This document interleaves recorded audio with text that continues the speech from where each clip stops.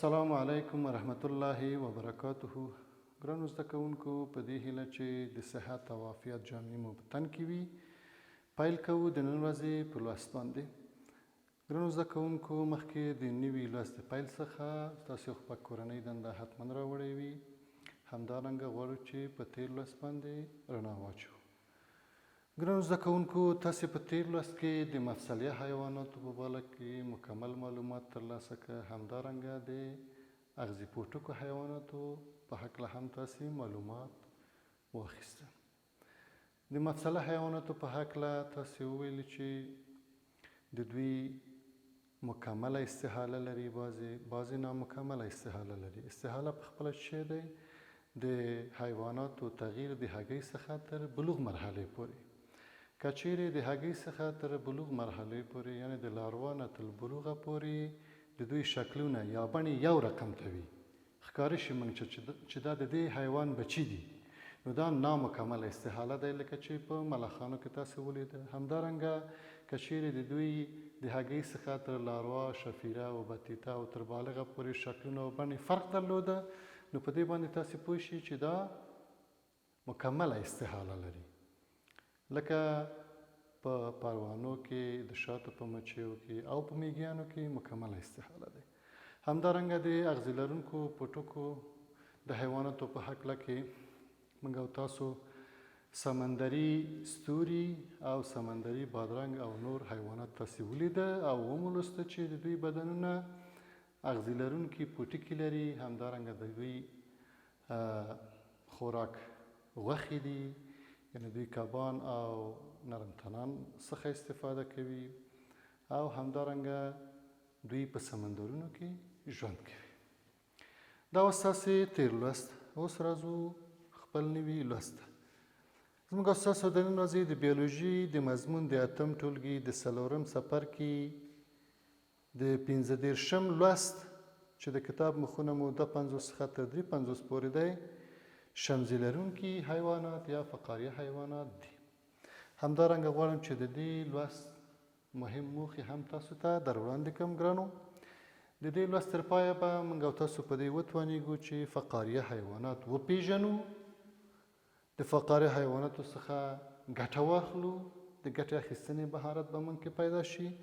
همدارنګه د فقاریه حیواناتو په ساتنه کې د هڅې ذهنیت به موږ او تاسو کې به انشاءالله درس تر پایه پیدا شي. نو راځو خپل اصلي درس ته. بسم الله الرحمن الرحیم. شمزي لرونکي یا فقاریه حیوانات.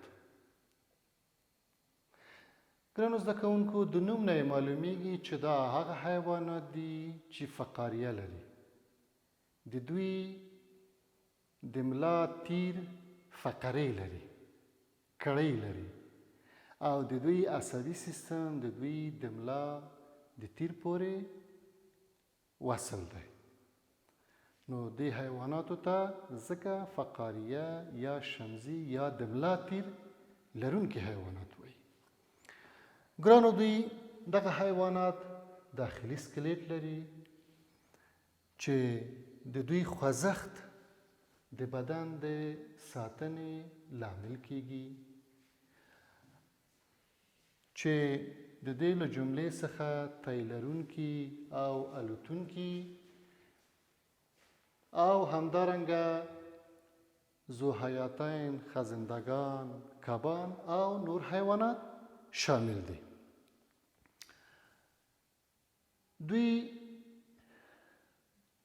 عصبي مکمل جهاز لري چې د تیوب په بڼه د ملا په تیر کې امتداد پیدا کړی. همدارنګه د دې حیواناتو زړونه د بعضې 2 جوفه، 3 جوفه او 4 جوفونه لري. لکه د انسانانو چې تاسې ولوسته چې زړه یې 4 جوفه یا 4 خالیګاوې لري.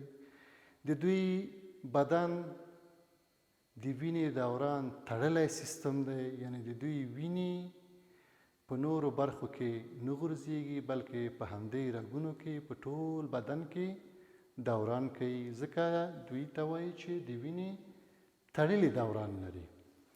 همدارنګه ګرانو زده کوونکو، دغه حیوانات د دې فایلام حیوانات د چاپیریال سره د دوی د بدن تودوخه بدلون نه کوي.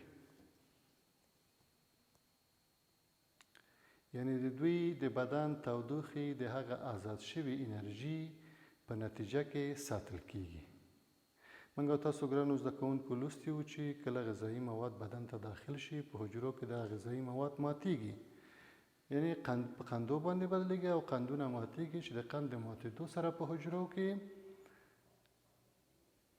اوبه، کاربن دای اکساید او انرژي لاسته راوړو.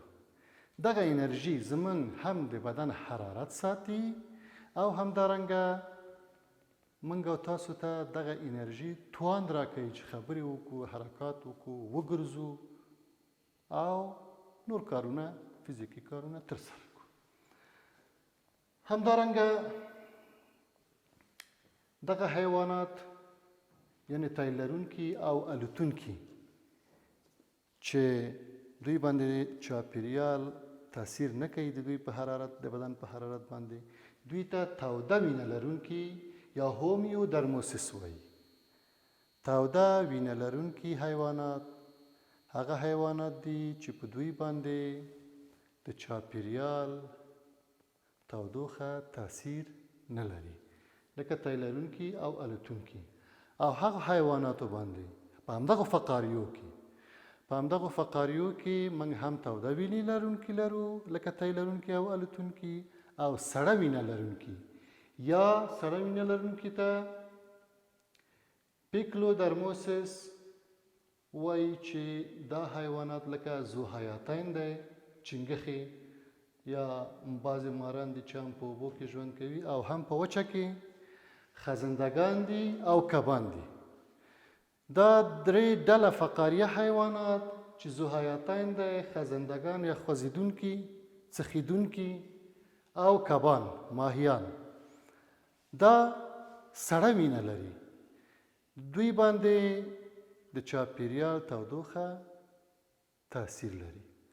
اما د همدې فقاریو په دوو نورو ډلو یعنې په تیل لرونکو او الوتونکو باندې د چاپیریال تودوخه تاثیر نه کوي، یعنی د دوی د بدن تودوخه بدلون نه کوي، تاثیر خو کوي خو بدلون نه کوي.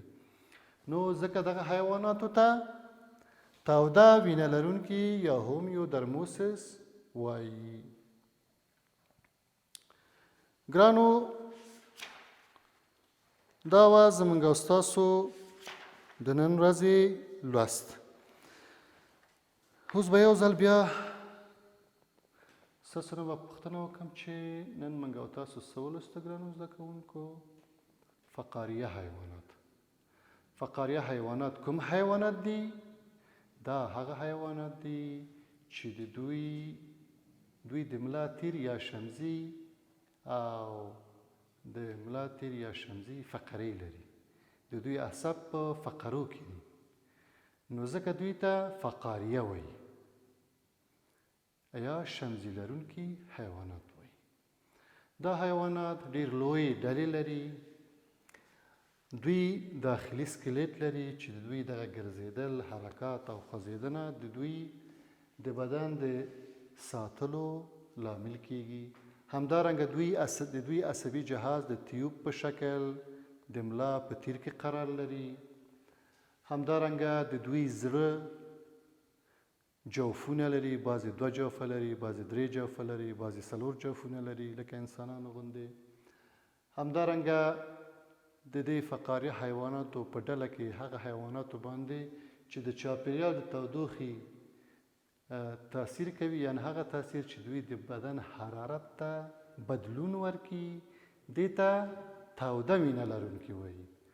توده وینه لرونکي حیوانات هغه حیوانات دي چې دوی باندې د چاپیریال تودوخه تاثیر کوي، یعنی دوی بدن تودوخې ته بدلون ورکوي، لکه الوتونکي او تیل لرونکي چې انسانان هم په دې جمله کې راځي.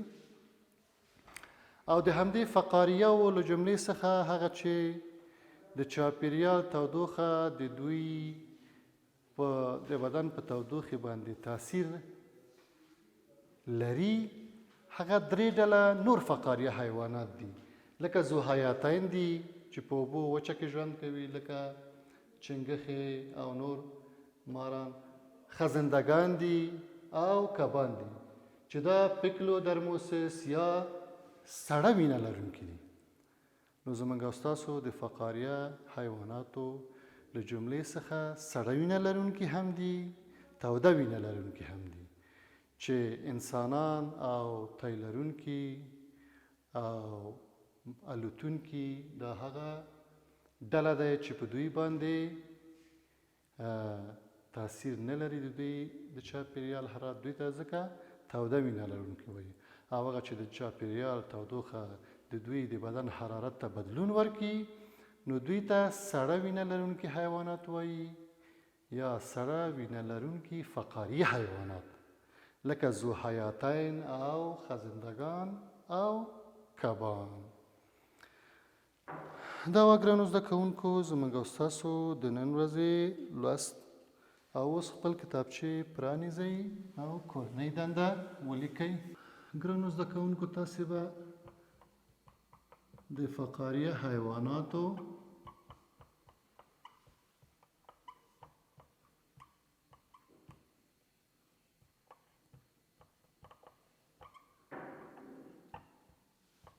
ځانګړنې ولیکئ. فقاریه حیوانات کوم خصوصیات لري؟ څه رقم وینه لري؟ څه رقم زړه لري؟ زړه یې څو جوفونه لري؟ دا به په څو جملو کې ولیکئ. دا و زموږ او ستاسو د نن ورځې لوست. نور مو په لوی او بخښونکي څښتن تعالی سپارم. د خدای په امان.